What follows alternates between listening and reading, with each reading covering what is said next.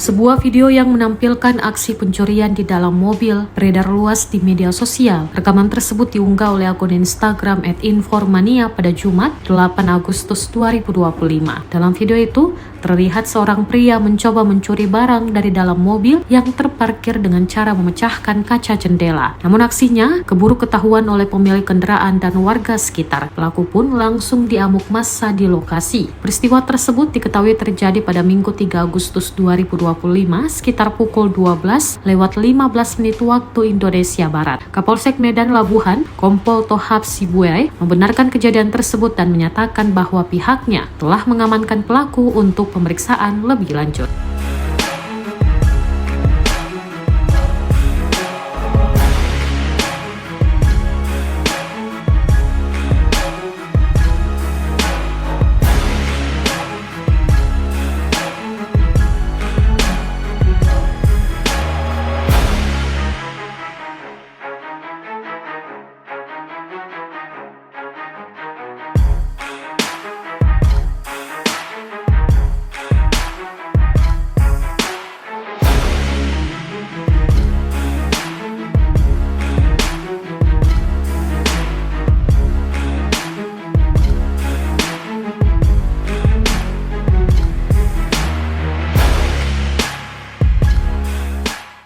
Download Tribun X sekarang, menghadirkan lokal menjadi Indonesia.